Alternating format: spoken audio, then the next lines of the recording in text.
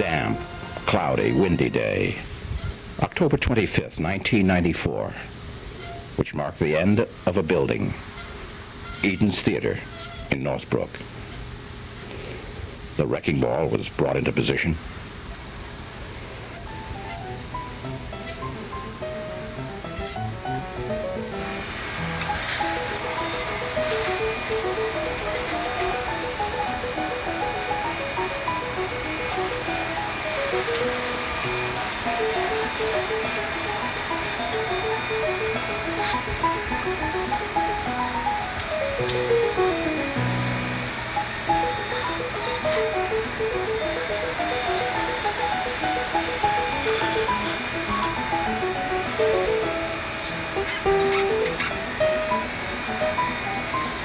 Pounding began. First on the concrete canopy at the entrance.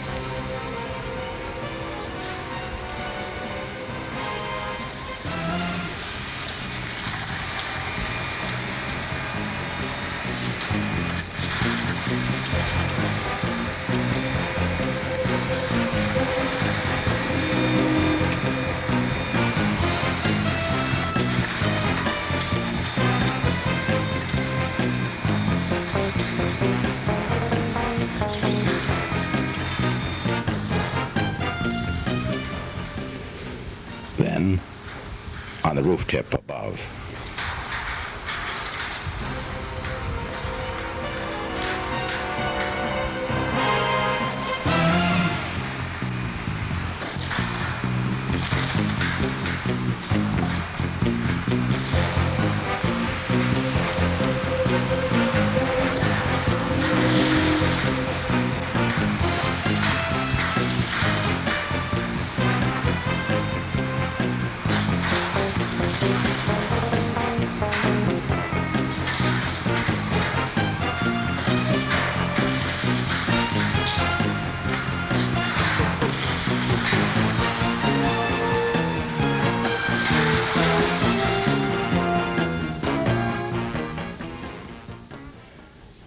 With a profile like a seagull, Eden's Theater was only 33 years old.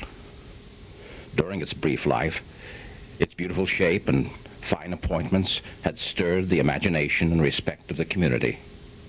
It was poised by the Eden's Highway, where all could see, and it was in step with the architectural style of Old Orchard and Eden's Plaza shopping centers. Its beauty was more than skin deep. Its acoustics and its movie projection facilities were the finest.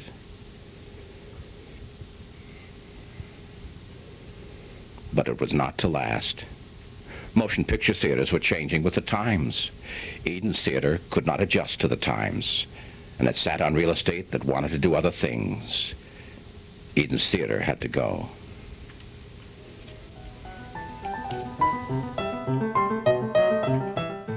My name is Bruce Trins. I was a member of the original management team of the Eden's Theater, along with Robert and Howard Lubliner and Mike Stern.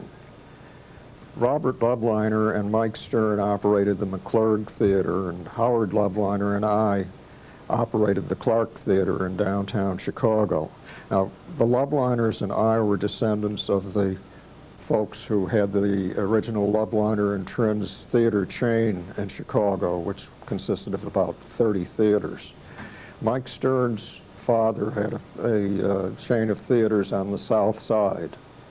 I'm an architect. Actually, I'm an architect in a large firm, Perkins & Well. Our offices are in Chicago, and we design schools, college and university buildings, commercial buildings, hospitals. In other words, we have a comprehensive kind of practice. And someplace along the line, we designed a very interesting theater, Eden's Theater. Now, I say interesting because actually most theaters are big shoeboxes. Most of them are built with the most ordinary kind of construction. And this one, however, due to an enlightened owner and entrepreneur, is a one-of-a-kind structure. It was really a true piece of architecture. The actual designer, the man with the big idea for this building, was Bob Palmer. Now, Bob Palmer was recognized in our office as a senior designer. In fact, after he designed the original Eden's Theater, he was 5 or 6 years later the designer of the second Eden's Theater, the circular building that was right next door to it. But Bob then also worked in Washington, D.C. for a few years, and at that point he had a change in his lifestyle. He moved to a small town in Colorado, became the mayor of the town, and has lived there happily ever since, and is not practicing architecture. But he was really responsible for the initial concept, which relied heavily on this unusual roof form, this what most people would call a saddle-like roof, what a structural engineer would call a hyperbolic paraboloid. The reason we built at Northbrook was that we felt it was a kind of virgin area, and that the area could use a large, new, deluxe theater. Well, when we built the theater, when we started to plan, we knew that we had to have something that would look good from 360 degrees because the theater was visible from all sides. So it was up to the architects really to come up with something that would fit in that area. Bob Palmer, who was the project architect for Perkins and Will, came up with the idea of an oval building with the roof being a hyperbolic paraboloid. And we immediately fell in love with the idea, and it was a go at that time. When we were planning the theater, of course, it was our thought to have everything be state-of-the-art, the best sound, projection, the best seats, everything deluxe. 1,350 seats makes it a large auditorium, and when you have a large auditorium without any columns, you obviously need to have an ingenious structure to do it economically and quickly, and the hyperbolic paraboloid was thought to be an ideal, although unique, solution to the seating need here. But again, 1,350 seats makes it a large movie theater. The roof was 159 foot wide between working points at the abutments and 221 foot long from tip to tip. To make matters more interesting, the roof was kept on an even keel, like I said, like a boat, so to speak, and the east tip was raised 10 feet, thus lowering the west tip 10 feet. The dimensions of the concrete part of the roof structure was 222 feet from tip to tip, end to end, and 159 feet across. The original Edens cost about $500,000, which in those days was a lot of money. Probably today, I imagine it would be close to $4 or $5 million to build a similar building.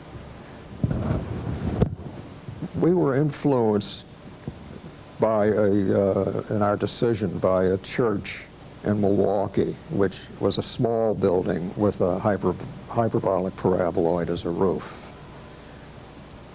When we, as I said, when we saw that the idea of hyperbolic paraboloid, we just went for it, and everything else was out of the question. I'd like to talk briefly about the fact that the whole structure sits on 2 points, like here and on the other side. And to keep it in balance, like if there's a snow load on one side only, a tie rod was installed from the high peak down to the ground, and a plunger with a piston up from the seats on the short side, or the low side of the roof, so that when the snow is on the side with the seats, the tie rod would keep it from tipping. When the snow is on the side with the tie rod, the plunger and the piston would keep it from tipping.